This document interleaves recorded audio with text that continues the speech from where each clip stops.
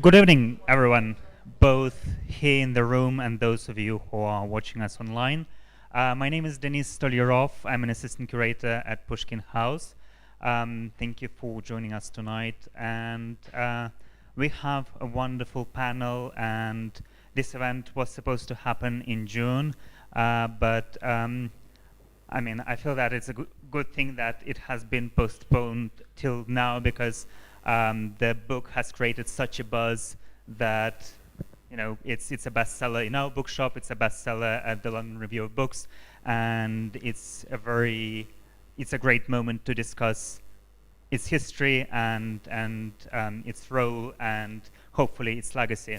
And our three panelists are, of course, and I'm going alphabetically, is Bryan Karetnyk, the translator, author, critic, who is a major authority on Russian émigré literature. We sell several of his translations in our bookshop, including several of Gaita Gazdanov's. And Bryan is a regular contributor to the Times Literary Supplement and Financial Times. He's joined by Toby Lichtig, who is an editor at Times Literary Supplement, and Josephine von Zitzewitz, our great friend and collaborator. She's a prominent member of the Pushkin Club, but today she is here in her primary role as a major academic and specialist on Russian literature and translation, and a translator herself. So thank you, Josie, Bryan, and Toby, and welcome.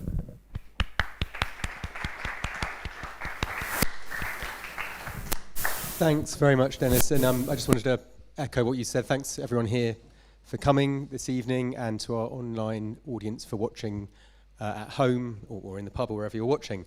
Now, when Bryan approached me a few months ago and asked me if I'd like to chair this panel, I was a bit hesitant, because I said I'm completely unqualified. I'd never heard of Yuri Felsen, and he replied, well, that makes you completely qualified, because no one's heard of Yuri Felsen either.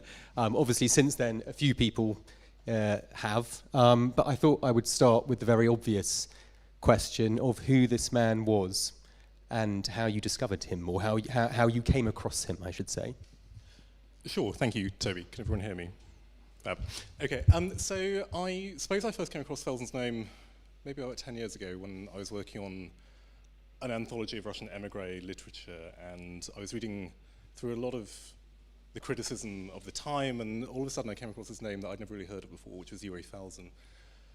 And what was remarkable was that there were a lot of people talking about him, all the major figures like Nabokov, Gipius, all the people around him, they were praising him. And if you know anything about the Russian emigration at that time, they were famous for being so schismatic, so split, so at each other's throats all the time. So to see one person being praised across the board was something really remarkable. So I looked into him more and more, and discovered this, not only just fantastic literature, but someone with a really remarkable life story. He was born in St. Petersburg at the end of the 19th century. He was born in 1894 to quite a wealthy Jewish family. He went to university there. He eventually fled the revolution, obviously in 1917. He went to Latvia, spent a couple of years there, moved to Berlin very, very briefly, but then his sort of grand arrival in Paris in 1924 was where he sort of joined the vast swathes of Russians who had escaped Russia after the revolution in this sort of cultural mecca at the time, and he set about becoming quite a remarkable author at that time. So. And Josie, were you aware of him in Russian, and and what is his standing in Russia? Because I believe there has been a sort of a mini revival of him in recent years. I think there was a critical text a few years ago, and there have been a couple of republications. So sort of when did you become aware of him? And Well, I'd heard of him. I'd never read him. I'd heard of him when you read about the emigration of Paris, the emigration of the 1930s.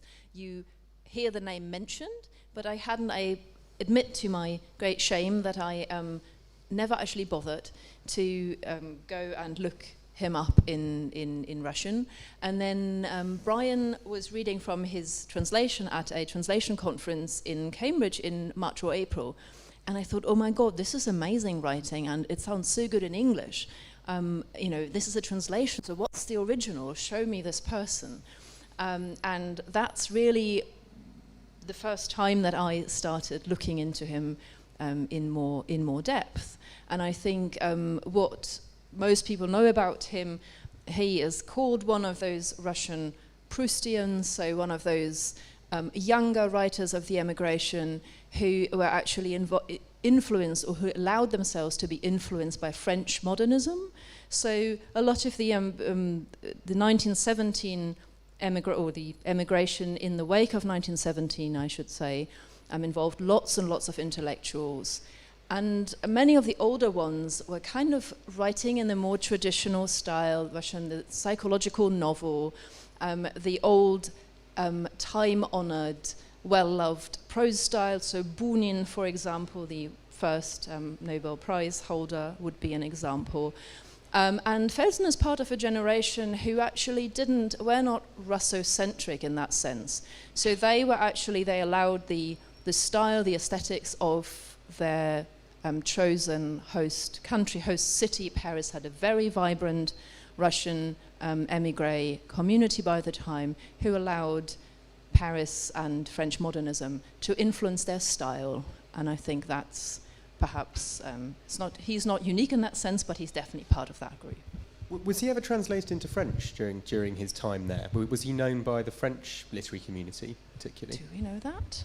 No, he wasn't translated at all during his lifetime. I mean, he was so very focused within this sort of small, close-knit group of Russians who were very much writing for each other at the same time as well. So, but I mean, at the time, you've got to remember there was over somewhere between 1 and 2 million Russian expatriates living across Europe, in the far reaches, in the Far East, in China, also in America. So there was arguably a large audience, but in terms of sort of the small reading public interested in serious literature, they were very much based in Paris, which is where Felsen was, but again, very, as Josie says, sort of focused on the Russian language, but bringing these other cultures into it and changing Russian according to it. And he wrote for quite a few years in the sort of late 20s, most of the 30s, and he was, there are many ways of defining success, and he obviously had his own, I think, personal finances to back him up, but he was successful. He wasn't just, admired by a couple of friends. He then really did drop into almost total obscurity. How did that happen? Can you explain it? Absolutely. I mean, it's a really tragic story. I think Felsen is one of these authors who had some of the worst luck of any author of the period, both in his personal life and in terms of his afterlife as well. So during his life, it's interesting you say about money. I mean, he didn't have a lot of personal money, but he lived at the expense and pleasure of his sister and brother-in-law, who more often than not got him into trouble with a lot of their financial scheming that went on in the 20s. Felsen was actually arrested for embezzlement and a series of financial scandals. In his love life, which comes through in the novel as well, he was also unlucky. He pursued affair after affair, usually with married women. So his love life was also particularly tragic. Then, of course, the German occupation of Paris happened in 1940, and that's when the real sort of tragedy struck. He's writing the sort of fourth and what may have been the concluding novel in this sort of grand series of novels that he was writing throughout the 30s. And he tries to escape, or he spends a couple of years in Paris under German occupation, but then obviously he's Jewish, he wants to try and escape. By this point, his sister and brother-in-law are already living in Switzerland, so he tries to cross over the border in 1942, but is just caught at the last moment by the border police, returned to Paris, where he's in Drancy concentration camp, and then within a matter of weeks, in 1943, he's deported to Auschwitz, where he parachutes. And it's interesting, I mean, the afterlife, an author's death isn't necessarily the end of these things, but with Felsen, what strikes me is so interesting, and I think Josie, I'd be interested to hear what you think about this, but if you think particularly about great Russian authors in the canon from the 20th century, from the 19th century, it's not just fame during your lifetime that brings you this sort of canonical status. I think it's, for so many of them, for Tolstoy, for Dostoevsky, for Nabokov, for Bunin, they all had one thing in common, and that is they all had these very devoted wives who spent years and years curating their legacy, reprinting their works, or liaising with publishers to have their works reprinted. And Felsen, he died wifeless, he died childless, he didn't have any of that. So, and I think that was one of many large reasons why he sort of falls into obscurity in this book. What about the likes of Nabokov, who did praise him? Did he sort of forget about him? Did he ever write about him in latter years in the 50s? It's interesting. So he writes about him, or he remembers him quite vividly in some of his private correspondence. He doesn't write publicly about him, but at the same time, you've got to remember that this is the post-war years. The publishing scene in the emigration is so very, very different to what it was before. I mean, in the 20s and 30s, you have this very vibrant, exuberant émigré publishing scene. After the war, two things. You have the destruction of the publishing industry that comes about purely because of the war. You have the death of so many important figureheads in literary publishing, many of whom perished in concentration camps.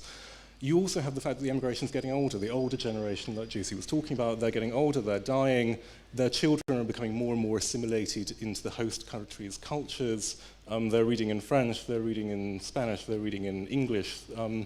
So you have this constantly shrinking Russian language reading public in the West. So I think that contributes to it as well.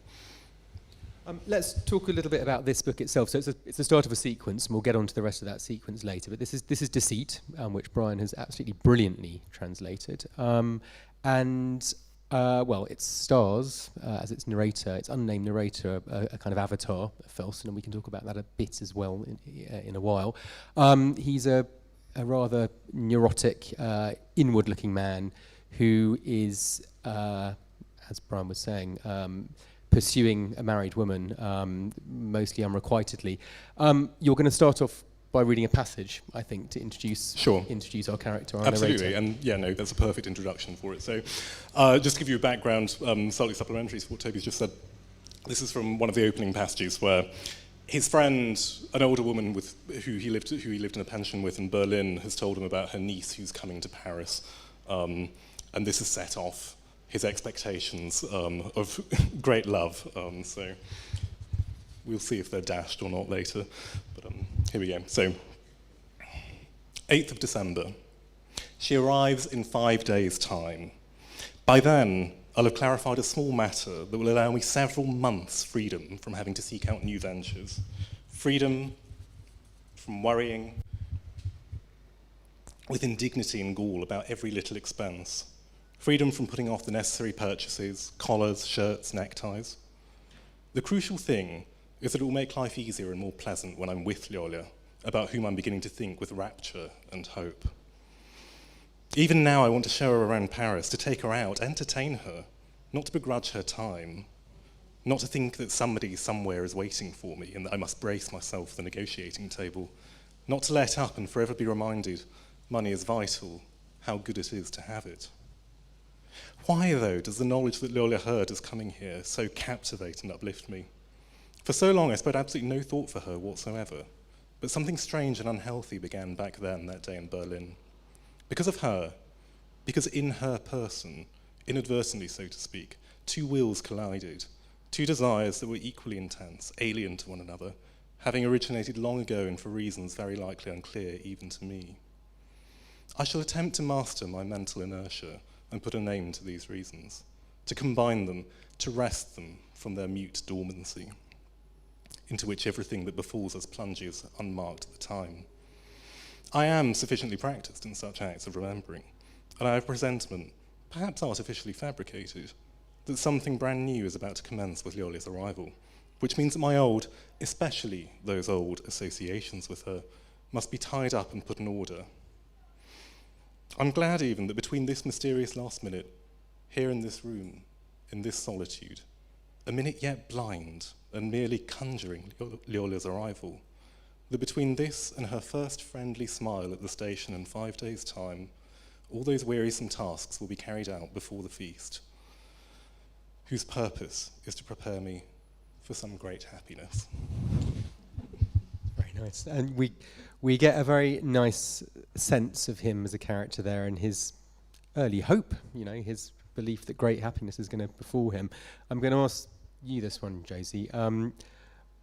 What kind of a man are we dealing with here? You're perhaps a bit too close, Bryan, so that's why I thought I'd ask Josie. Oh, well. So we are dealing with somebody who is in love with the image of a woman that he conjures up in his mind before he has ever met her. And I think that sets the tone for the entire love story. Because, yes, he loves her, but most of the time he thinks about her. And then we get this insight into his jealousy and how her attachments, she is still married, and then she has a lover whom she had to leave behind for some reason, or he left her, and then she is reunited with him. And so our narrator, we get this impression, I think, by the time we get to page 30, that what is most important for him in this story is how his infatuation helps his writing. So he hones his style, and he enjoys having all this material to draw on for his writing. And he is an aspiring writer, and his writing is giving him great pains, trepidations, worry. And it almost seems that when she leaves him periodically, that the greatest thing that he's lost is this ability to write. So now the only thing he can do is wait for her letters and then write about how he imagines getting a letter from her, and what he might, if he got a letter from her, which is certain to come, what he might answer. And so I think writing is the protagonist, actually, in this work. Certainly the protagonist in our narrator's mind.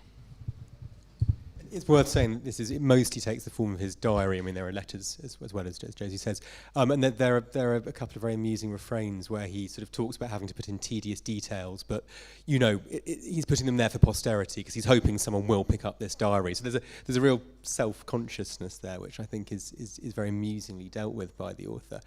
What about Leolia, his Beatrice of Riga, as you describe her in your afterword. What about her? Because one of the brilliant things about this book is that you really don't see very much of her, do you? You get a lot of him thinking about her, and then you get the odd kind of tart one-sentence riposte to his, 4 pages of feverish ramblings. And how does she figure here? Absolutely. No, I think you've described it perfectly. I mean, you sort of meet, as it were, what we're expected to believe as Leolia for about however many 30 pages before she actually does materialise, and then all you ever get is these sort of usually very brief, maybe 4 or 5 word sentences that are very curt, very clipped, usually quite piercing to his ego. And that it's at that point where you read because otherwise it is his sort of imagined version of her that we see, rather than the reality. Those are the sort of the few moments where she sort of intrudes into the actual novel. And it's in those moments that I find so interesting, because, I mean, obviously the novel is called Deceit, so Deceit is working on so many different levels, and I think it's in those moments where you read it and you read her actual words, and you think, so this isn't actually what the degree to which reality is being sort of played out here is very, very different to how it is in the narrator's mind. And that sort of sets off this whole cascade of, okay, so she's deceiving him, he's deceiving her, but he's also deceiving himself on so many profound levels as well. And she remains a cipher throughout it, though. I mean, we don't really know. I mean, we suspect very, very strongly towards the end that she actually doesn't care for him quite as much as he would like to think she does. But then she does come back, and the only time you actually get a serious discussion between the two is at the very, very end, when they have this sort of psychoanalytical moment, this conversation. But then again, that's as he's recorded it. He says, "I've faithfully transcribed this," the day after, but it's this long sort of 2 or 3 page conversation. You think, well, this again could just be your imagining. This doesn't necessarily have to be how it actually was. So again, levels and levels of deceit, and I think that's what she highlights more than anything. But she was probably based on one of Felsen's own lovers. There is a huge degree to which Felsen's own life is represented here. And has he written about that lover himself? How do we know that? So he himself hasn't written about it, but his contemporaries did write about it. So there's one memoirist, one of the most interesting memoirists of the period, called Vasily Yanovsky, who wrote this fantastic memoir of Paris, or Russian Paris, in the 20s and 30s, called Elysian Fields. And he was very close friends with Felsen and related this story about how it was probably based on this one woman who was in Riga, who I've since discovered through my own research she was married again, as I said earlier, and very tragically she perished in the Holocaust as well. But yeah, so she was one of several, perhaps, several prototypes that we might talk about for Lyolia. I'm really interested in this overlap between his life and the life of the novel, because I mean, I basically think of this as a great work of comic literature. He's a ludicrous figure to my mind. Lyolia seems pretty awful as well, although I mean, that's very much part of the point. And so I'm interested to the extent to which Felsen is kind of sending himself up, or there was even a part of me that maybe wondered whether I'd misread it as quite as funny as it seems to be, because I just found it hilarious. And to really, sorry to do this, but to really lower the tone, I mean, as well as, Proust and various other literary influences, it really reminded me of Adrian Mole. And, the kind of delusions in his diary, for Adrian Mole fans, of, the pursuit of Pandora and these highfalutin internal passages, and then actually it turns out the external world is completely different. But I just wondered if you wanted to kind of respond to the idea of either of you, or both of you, as a work of comic fiction. I wonder whether somebody would have written... but then I am personally not a very comical person, so maybe somebody else should answer this. But would somebody write 3 novels and a whole series of short stories just in order to send himself up? Question mark. I find this hard to believe. On the other hand, he was, of course, intensely self-conscious. So I would imagine he was aware of being over the top all the time. But what I actually found most moving in this, trying to not to get swept away in these long sentences and not to get totally tangled in his digressions, he has some really, really astute observations about love, about relationships, and about what kind of events or what kind of neurosis or what kind of personality you have to be predisposed to think in a particular way. And those are the bits that to me read strikingly modern. And funnily enough, once one has unpacked the incrustation of words, they are also not humorous at all. They are totally serious. So I can take him seriously in those things. I'm not sure I take him entirely seriously in the whole setup of this. But he is a multifaceted writer. Why not be both? I think just to sort of chip in here, I think I agree. I agree with Josie in so much of that. But I think that for me, where the humour emerges is because I think the writer, or I think the narrator, of course, himself is absolutely deadly serious about a lot of this. But it's from the gap between us as readers, sort of reading and experiencing it and seeing the absolute absurdity.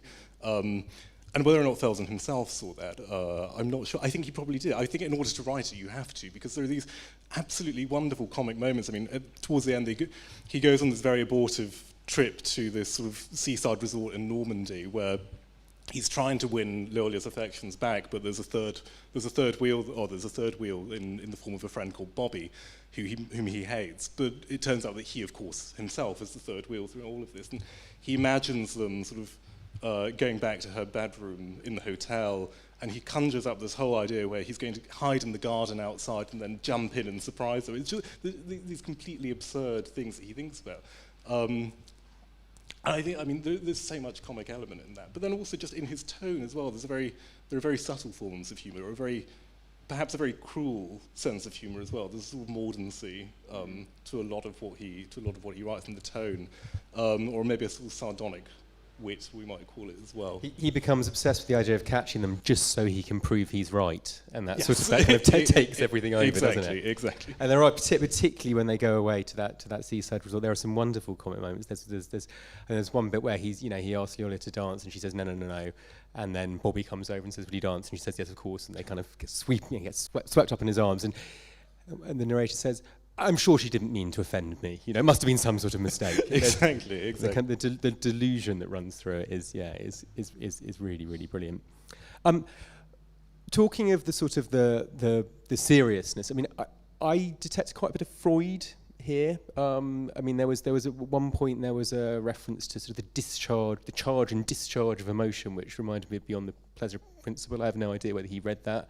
It came out a few years before he was writing, but there is quite a lot of modernist psychology, I suppose, early psychoanalysis. Would you agree with that? Yeah, absolutely. I mean, it's interesting. So within the emigration at large, there are a lot of writers writing very sort of what we might interpret to be Freudian novels. There's sort of Irina Doytsova, who writes this wonderful novel called Isolde, which again is sort of very much like Cocteau's Les Enfants Terribles. It's based on this sort of these Freudian thanatos and eros, this sort of drive of love and death.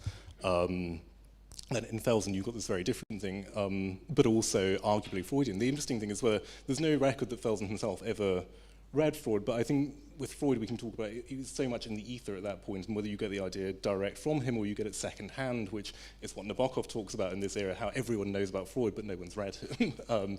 Much in the same way that people talked about Proust in the same era. He called him the Viennese quack, didn't he? Yes, absolutely. So no, I mean there is a huge Freudian element, and I think this is the interesting time where psychoanalysis is becoming such a big thing, not in terms of as a profession. Of course, as a profession, it's existed since the end of the 19th century, but in terms of the public imagination, in terms of artists picking up on it, this is really the period where you start seeing this in the 20s and 30s, and yeah, Felsen's very much at the centre of that. But I'm sure, as Josie can attest, there's a long tradition of psychological writing in Russian literature that this fits into as well, in terms of Lermontov, in terms of Dostoevsky. You can kind of see affinities between the unnamed narrator here and sort of Gogol's Notes from the Underground, Diary of a Madman rather, or Dostoevsky's Underground Man. There are a lot of these sort of parallels with Russian literature and madness and this sort of very sort of put upon figure who's very self-pitying in some ways, but could be a genius, but could be a madman at the same time. You're never entirely sure. Do you want to talk a bit about that, Josie? How he fits into the kind of the broader Russian canon, and also the writing of his era of that interwar period in France? I mean, one of the novels I think that he wrote in this series is called Letters to Lermontov, and those of you who know, I assume most of you will know Lermontov's Hero of Our Times, which is also a work full of self-irony, and the more I think about it, the more I, not in his language, not in his aesthetics, but in his setup. So here is a man who is cruel to women, who is completely self-obsessed, who is also very, very good at analyzing himself, who is writing. So we can see that tradition. We can see the underground man, of course, Dostoevsky's very early stream of consciousness novel, which is, we don't know whether that's a diary, that's basically a dialogue with the reader, though, which I don't think Felsen's narrator is leading so much. I can also see Dostoevsky's Makar Dievushkin from the so from that epistolary novel. So he needs a woman, so he has some kind of inspiration. He has something to obsess about, but something to write about, to obsess about. So there is something of the 19th century superfluous man in him. I think that is definitely something that to me comes out far more clearly than if I wanted to compare him to Bunin or somebody else. But of course, the influence of the French modernist idea. So there we have Gazdanov, the two people who were often named together as influenced by Proust and his big opus À la recherche du temps perdu. So there's a stylistic influence certainly in there. And then, of course, émigrés, and I think that is perhaps the link to the contemporary, what we can see, the mass exile, both, of course, of Ukrainians, but now also increasingly of Russians. And I follow quite closely what people, writers, people who used to be very active, put on Facebook. This idea that when you are displaced and when there is a break in your life, what becomes important is to document. So to document and this is hard to read as an exile book at first sight, because he doesn't actually describe his past, unlike Proust. He doesn't describe his past. He doesn't describe Paris. He doesn't really describe his circumstances. However, the moment you think about it, yes, this is somebody who's actually looking at himself, at what life was like, what his psyche was like. I think that is something that runs through a lot of literature by people who have been exiled, and that's certainly also a parallel to the contemporary time, although aesthetically, language-wise, it couldn't be more different.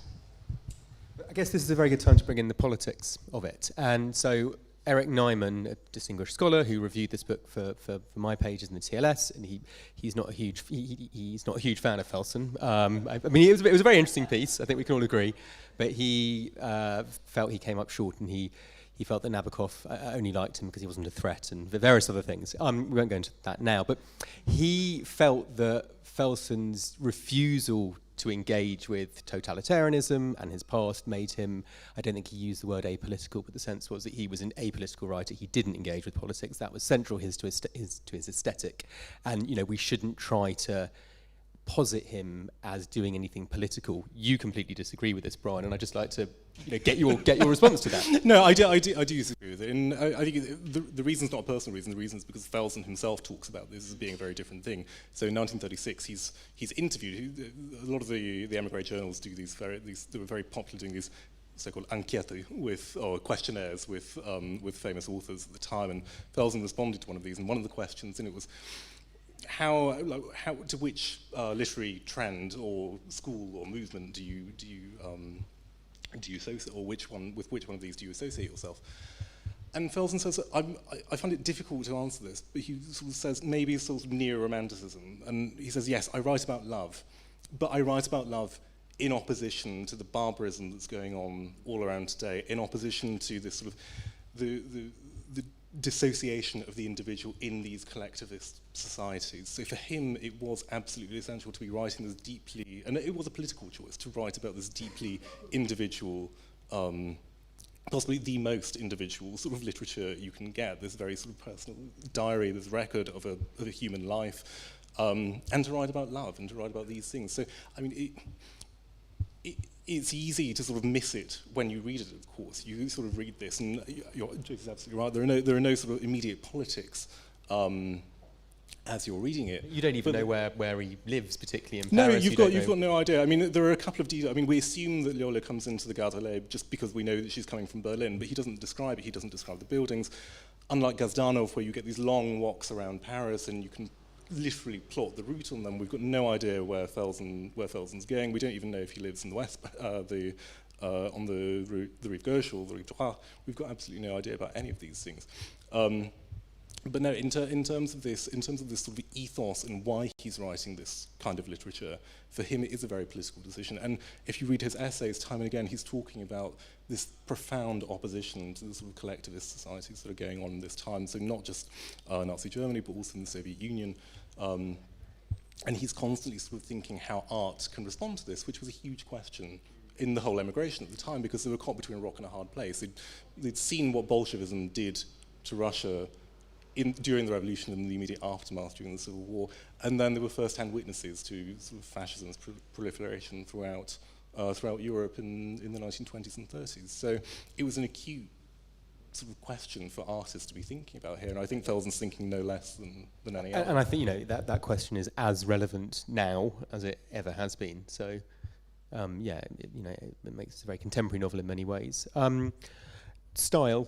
I think we should talk about style. And I know that, Josie, you had a couple of particular sort of translation-y style questions.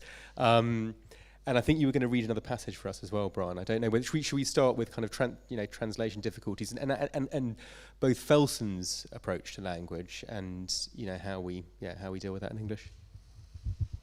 Oh yes, I get to geek about Russian. Brilliant. So I didn't read the whole book in Russian, but I read.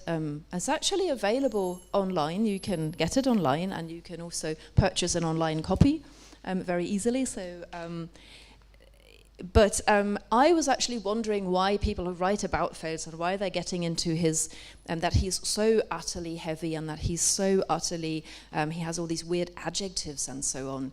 And Bryan's text, and I think I'm not the only one, before the event, a couple of people here said, this reads amazingly fluent, and I think I agree. Thank you. And I just wanted, so this is from the very, very beginning, and I just wanted to point out a couple of things. So maybe I'm wrong, but it seems to me that this text took a long time to translate, to get to this level of naturalness in English. But translating from Russian into English just doesn't go most of the time. So it's actually a really thankless task. And so, you manage to, we have this really row of adjectives that are all either in the genitive or instrumental case. So you can have this row of things in Russian, and then you have to find where is the noun, where does this actually refer to? And in English, you just can't do it. You can't do it. I mean, I can give you this example if you allow me. Катерина Викторовна, вдова полковника, выцветшая армейская дама, тяжело неуклюже через тур мужественной складки с лицом грубым, серым и с деревянным громким, манерно приказывающим голосом. Wow. That is actually really, I find that quite heavy. And I mean, I know Russian, I love Russian, and I can deal with its heaviness. But where do we have this in English? And now, of course, I should have made a better note of this. But basically, you call her Katerina Viktorovna, a colonel's widow, a faded army woman, cut from a hulking, much too masculine cloth, and possessed of a coarse grey face and a booming wooden voice that mannerly gave commands. Now there we have something much more varied. And I would just tell us a little bit more about your experience of translating this, and how did you actually trans-edit? Did you improve his text? I don't know that I improved it. You're absolutely right. It took years. So I think I first started working on this book as a translation maybe 7 years ago. So obviously not full time for those 7 years, but on and off for 7 years. And I think the early years, it was trying to actually work out a way, how can I do that? I felt almost like Scott Moncrief. I thought, this must have been how Scott Moncrief felt when he was first tackling Proust all those years ago. And I think for me the interesting thing was, in a way, you're absolutely right. So Felsen's language is so, in some ways, it's so heavy, but it's also so artificially constructed. And I think I just took that opportunity and that license in English, because the English also it doesn't naturally fall into English either. It has to be sort of artificially constructed. But then you can sort of play about, and as you say, like all the different sort of adjectives and relative clauses and all these things that sort of just pile one on top of the other, you have to figure out ways of doing that in English, and the mechanisms are completely different, but then there are ways and means of doing it, but I kind of wanted to do it without breaking these long sentences, because they're so integral to his style, this sort of neo-Proustian style. This begins with a sort of, very often his sentences are about a page long. They'll begin with a very sort of mundane observation and then develop into this almost whole philosophy of that idea. He's very, very good at doing that. So, I mean, it's really pleasing for me to find that I've managed to come up with some way of making it work in English. I don't quite know that there's a sort of a satisfying answer I can give in terms of the mechanics of it, but I think, did I trans-edit it? It's interesting. I think. Sorry, that was mean. No, it's not. It's interesting. I think translation always involves a certain degree of that, because had I been sort of as literally faithful to it as possible. It would have just been impossible in English. So you have to, I felt I was sort of duty bound to sort of play with it and try to sort of bring out these things, because I think the sort of meaning is there, but it's just how there are different ways of expressing things in English and different tricks you can use to sort of deal with these long periods and try and get it to read somewhat decently on the page, which I hope I've done. Do you want to give us another example? You certainly have done. Do you want to give us another example, another passage? Absolutely. So the second passage I've chosen, this comes from a slightly later stage in the book where things aren't going quite so well with Lyolia. This is the point where I think Josie mentioned earlier. So she's up sticks. She's in Berlin with her former lover, a guy called Sergei N, who's a very famous Soviet film star. So he's deeply jealous of this. And she's been accompanied by this Katerina Viktorovna, who was the woman who introduced them, and Lyolia's aunt.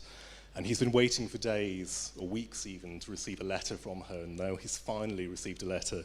He's not quite sure what to do, or he hasn't been quite sure what to do, but now he tells us how he replied to this letter.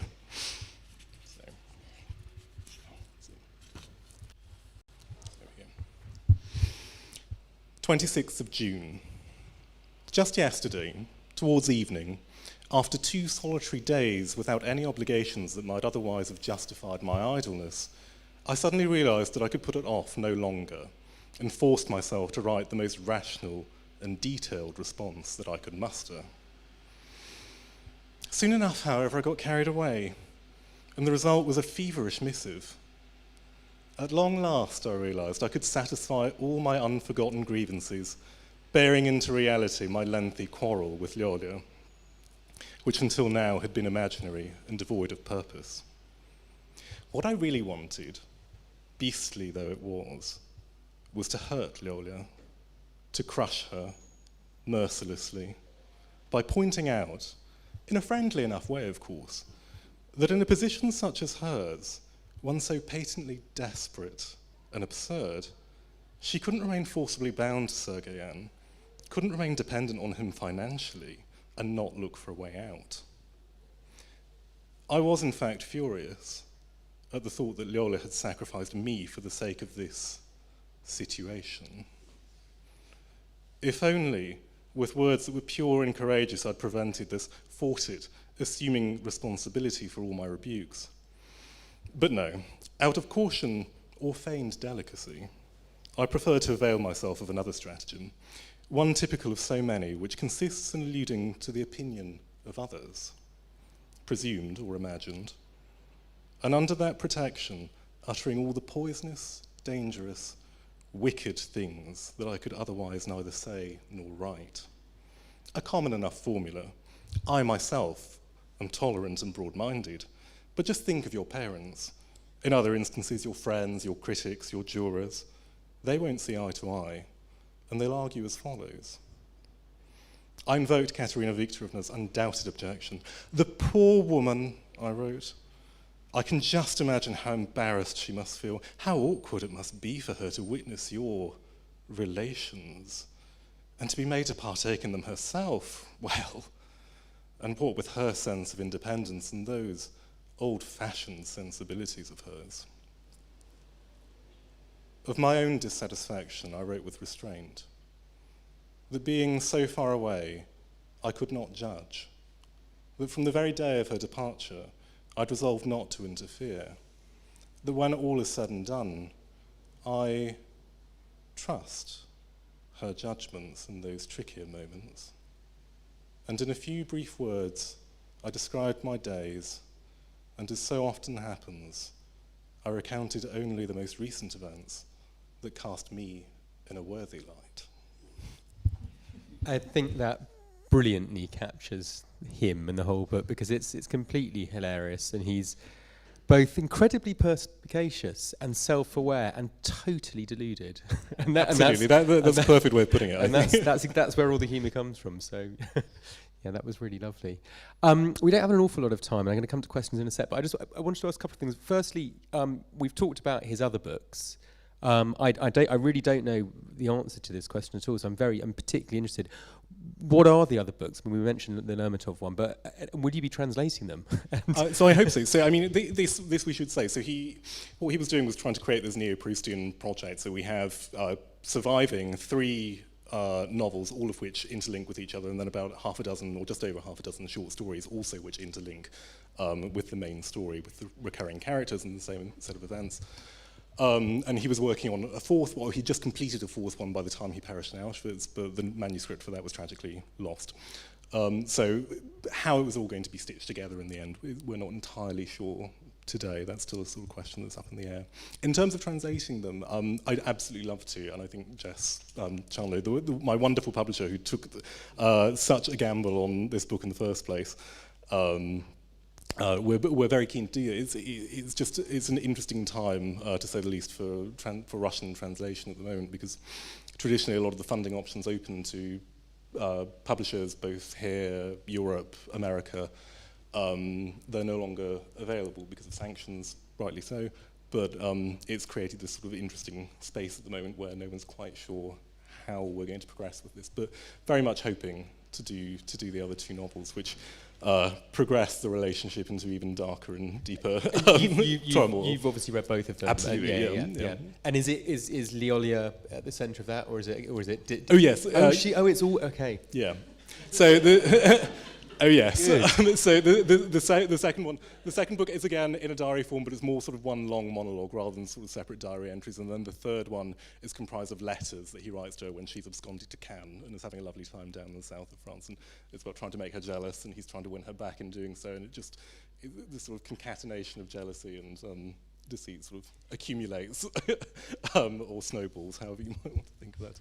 And it's worth saying this book has been doing really, really well, and I just, as Jess is sitting there, and I know I'm supposed to be asking you guys questions, but I mean, do you want to say anything about any difficulties or challenges of putting out a book like this, and you know, how you feel about the way it's been received?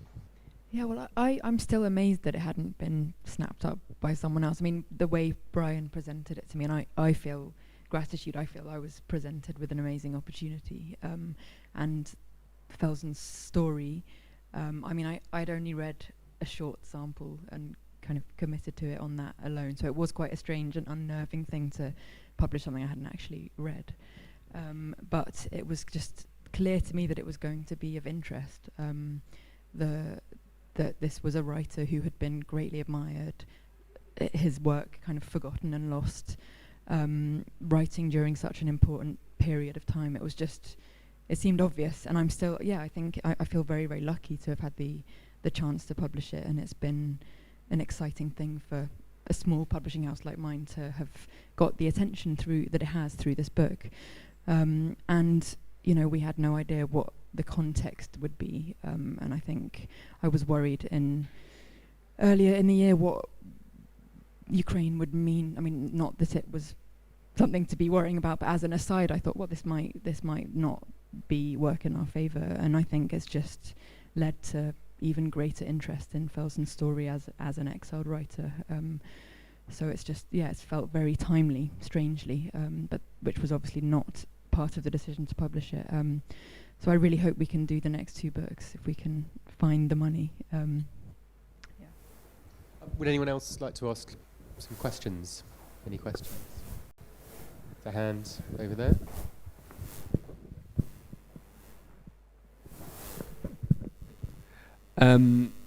Just a question for Bryan.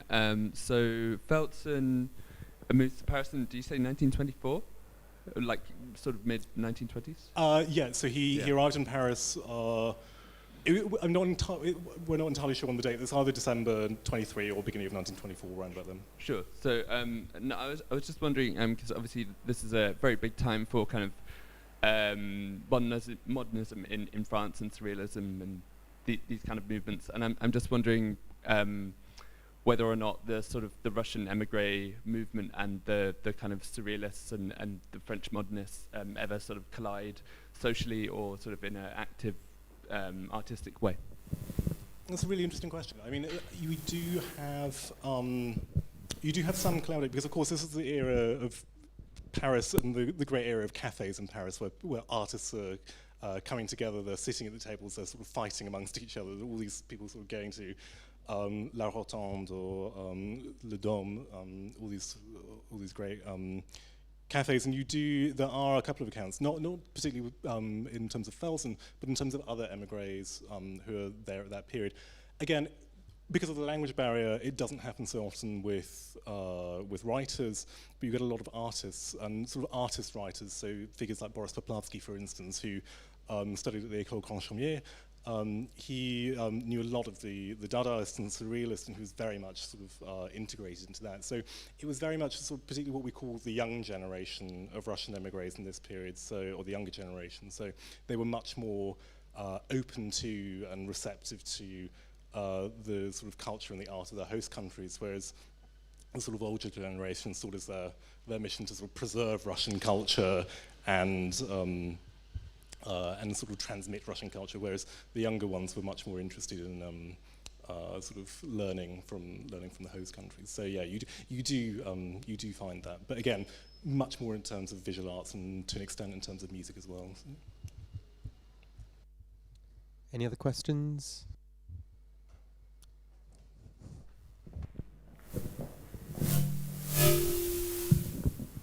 Thanks everyone for the discussion, and I read the novel very recently, and one of the things that struck me about it was not just your command of the long-range syntax and your deft sort of adaptability to guide us through these long sentences, but was also your choices of emotional vocabulary, because the book is so acute about rancor, shame, squalor, abjection, and they're kind of universal feelings, but every language has its own kind of temperature of emotional vocabulary. So and you can't just open a dictionary and say, oh, this means this, as we all know about all languages and translation. So how did you go about,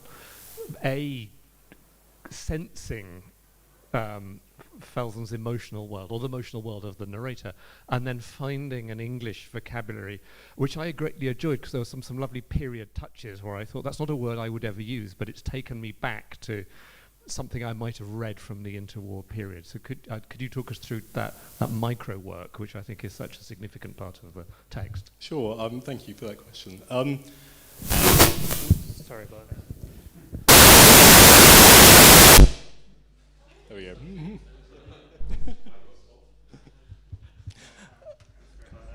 Can we all still hear? Okay, no, it's a really interesting question, and I mean, not just with emotional language, but I think with Felsen's use of Russian is so idiosyncratic. I mean, time and again, I'd come to a word, I'd think, oh, okay, here we go to the dictionary, and then you realise immediately when you're reading it, no, it's not the dictionary meaning that he's meaning this in at all. He sort of plays with language, and the more you read and the more you read into it, and you get a sense of how he molds a lot of the words or tries to appropriate them to his own sort of psychology and to his own use. So I think for me as a translator, what I was always trying to do is try to inhabit that psychological space with him and think, okay, not think about the words per se, but think about the emotion and what he's actually trying to convey in this, and then think about the sort of options that are open to me in English. In terms of the breadth of vocabulary, I don't know that I was thinking of any other particular period text, although translating period literature is always, you're always very much aware of trying to fit in with literature of a period. But I think, just in terms of the cadence, perhaps more than in terms of the linguistic choice, was where I found that. But then, I mean, there are some words. I mean, he calls himself a neurasthenic. So, for instance, this is a word that, again, has pretty much dropped out of use in English, but it's such a wonderful word.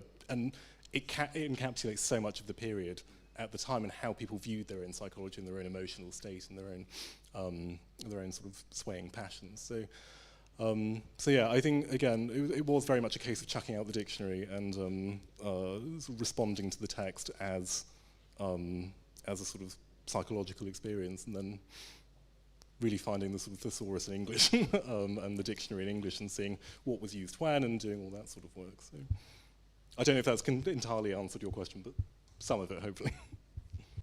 Would anyone else like to ask something?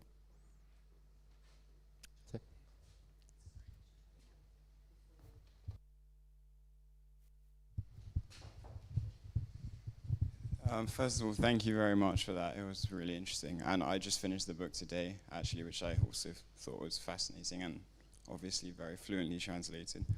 I'd just like to ask, so you talked about the narrator being an aspiring author, but there's also one point where he talks about, I think,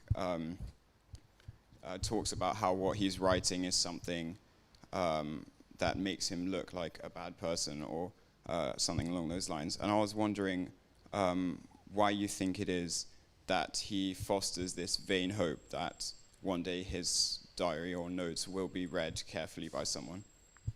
That's interesting. So, I mean, I think there are two things that he's writing, essentially. So there's one, he talks in very, very vague terms about a work that he's writing. He's never very specific about it. We think it's probably a novel that he's writing, because he talks about having had this idea since childhood in his head, and he talks in these very vague, circumlocutive ways about it. So that's going on, but then he also talks about the diary that he's writing.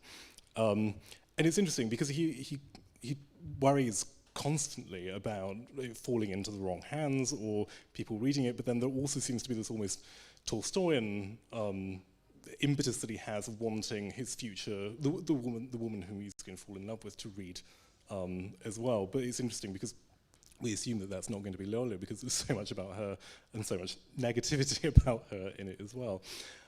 So quite who it is that he envisages as being his reader, I think it's entirely ambiguous throughout. I don't know, Josie, did you get any other sense? I certainly didn't have the impression that Lyolia was the woman he was going to marry, but he has this, I mean, something else as well. Again, if one strips away the dazzling language, and if one strips away the neurasthenia and all that, this is the age-old trope of a male artist forming a female character in the image that he needs. He needs a muse, and so that's why I said he's really in love with that image, which the thing that he imagines her to be, and whenever he meets the real Lyolia, she somehow falls short, or she somehow frustrates it. So she is, in the meantime, definitely his muse, but also do you marry your muse? I'm not sure. That would bring her down to earth. So Lyolia, in a sense, is this. She's actually a poetic image. Maybe that helps when looking at it. What's actually her role here? We only ever, apart from those few words that she utters, we only see her through his eyes. So she really is this image of a very highly, through the mind of a very, very highly strung young man. So I think that's also a thing that we should bear in mind. I think we've got time for one more. Would anyone like? There we go. One over there. Hello. I was curious, reading this novel, excuse me, it's not a novel, diary, apologies, about, these are not literary questions in nature, because I'm not entirely coming at this from an entirely literary point of view, but I was curious about to what extent the value of potential intertextuality bears in relation to the kind of symbolic potential of the facets of the text, and also further to that, whether it might be possible to read, whether you think of this as a sort of Bildungsroman kind of sealed experience to read, like Kafka's America, or whether it's a sort of liberating experience, and the kind of the drop in kind of emotional frequency that for me happens reading it when Felsen or the narrator is sitting in the restaurant or the cafe, I think, when he meets Lyolia, whether that kind of potential is what the I guess this is addressed to all three speakers. Whether that is the potential of this book, of the text, to you for enjoyment, or for some sort of release? Gosh, that's an interesting question. I'm going to struggle to answer it, but I'll go to this question about symbolism first. I mean, it's interesting because if you compare a work like Deceit with another work from the same period, so one of Felsen's contemporaries, Gazdanov, he writes this novel pretty much in the same year, which actually even comes out with the same publisher, called An Evening with Claire, and you have a very similar setup. You've got this sort of young émigré who's fixated with this woman who is a sort of love interest and is his muse, and he's been obsessed with her for years, and then it's all about how his life has supposedly led him to this one sort of one night with her in Paris. And again, you've got another one like Nabokov's Masha, or Mashenka, or Mary in English, where again you have this sort of elusive figure who doesn't appear until the very end of the novel, but again it's all about the sort of imagining of this ideal woman, or this very idealized figure. And there are all these debates about to what extent we can view them as the women inevitably get viewed as being the symbol of Russia, or how we can understand them in that sort of way. And I think Felsen's attempt really resists that, because there's so little of nationalism, there's so little national specificity in that. It's either it does this interesting trick. It's at once very, very, very individual, but then also completely idealized outside of the framework of national specificity or anything like that, I think. So I think in terms of that, it's sort of at both ends of the spectrum, but without being in that sort of middle space. In terms of how Felsen was writing, I mean, it's interesting. The novel falls into what was called a literary paradigm that was called the human document. I mean, a lot of writers in this period were trying to sort of bridge that gap between fact and fiction, sort of make a fiction of fact, and sort of you have all this sort of modernistic play going on in this period, and we can see this to an awful lot of extent. I mean, even though there are no sort of there are very few biographical details given, as Josie said earlier, we don't really learn about the narrator's past, but in some of the other stories that Felsen wrote that fall into this sort of novelistic project, I think it's interesting. The very earliest drafts, he calls the narrator F, so it could be F for Felsen is what we sort of assume it to be. So he's inviting us to sort of read it as life as well as fiction. So I think it sort of works on various different levels, for me at least. And don't forget that Felsen itself is a pseudonym. Yes. So we have so many layers there in him. So I don't think I have anything to add there. But may I just slip in and ask Jess another little question? Because I find it so amazing to see that a publisher has the courage to take on a book, not because it's difficult or because it may be, something that is great for critics, but because it's not contemporary.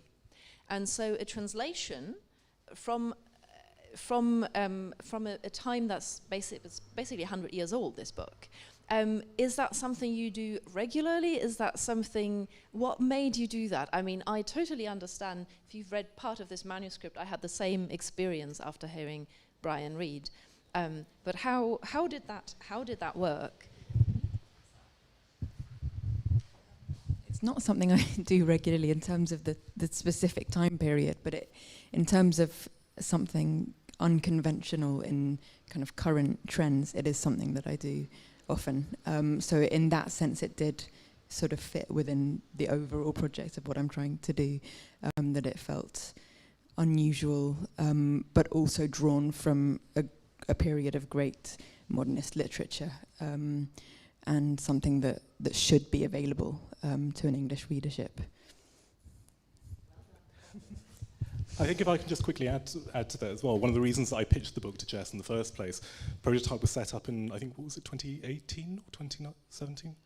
I can't remember, it was around about then, and I'd seen the sort of pre-publicity sort of come out that this publisher was launching, and one of the things I remember specifically reading in the sort of promo material was that you were looking for the literature that falls through the cracks of mainstream publishing and stuff that was different. And this is something, I don't mind admitting, I'd taken it to publisher, it was like pretty much every main publisher that you can think of, and then when I read that, I thought, hallelujah, someone that might actually take this seriously and might take the chance of it, and then the rest is history, as you say.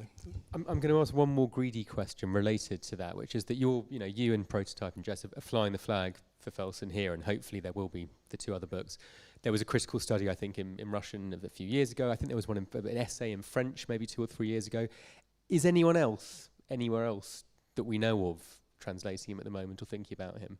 So this has been one of the brilliant things about it. So when actually before my translation was even published, I think it was December last year, The Guardian even covered it as a news event. This forgotten Russian Proust is being published in English and is being brought to everyone's attention, which is fantastic.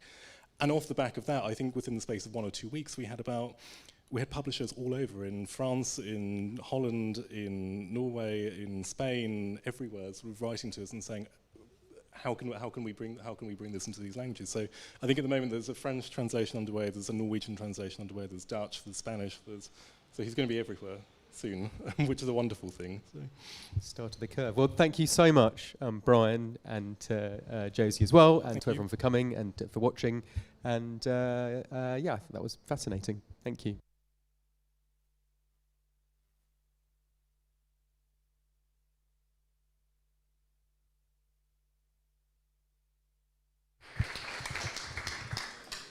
I wanted to mention that we're still open for another